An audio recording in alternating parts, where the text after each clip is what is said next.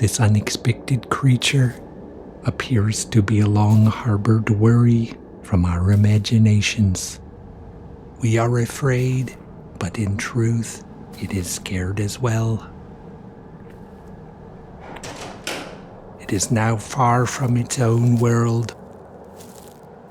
The ship's fuel was a one-way deal.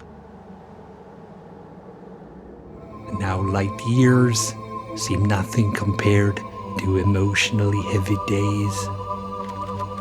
Continuing its mission, projecting to a home that may have moved on, the chronological umbilical fading to dust through the elasticity of space-time.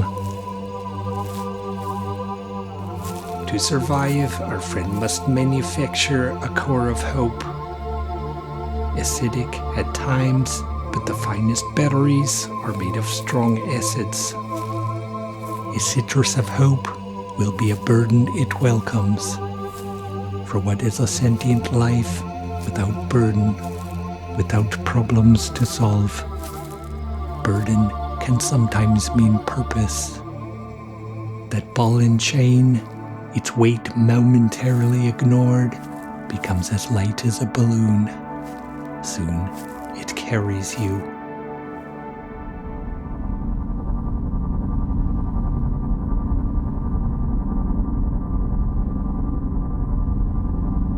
It proceeds to test a variety of nearby plants. Reactions occur. Occasional sweetness makes it worth the risk, but sourness is a possibility always. Pain in its viscera proves to be welcome, at least a familiar feeling in its own way. The search for alternate fuel sources continues. Sometimes overlooked debris or the restless molecules of polluted zones can be charged with potential.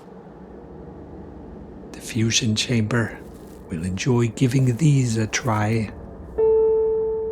Stargazing once more, the acidic core expands.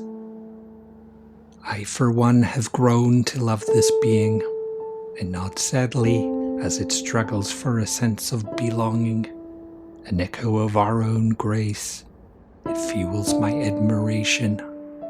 Where is this alien we spoke of? It was never here. The only alien I see is our own prejudice, and I ask it politely to pass on by and leave us alone in our reveries. To jump over a couple of star systems away. And the only real fuel anyone needs for their corporeal starship is the citrus of hope within, whether a sour lime or a sweet, sweet orange. We can aspire to similar burdens of hope, can't we?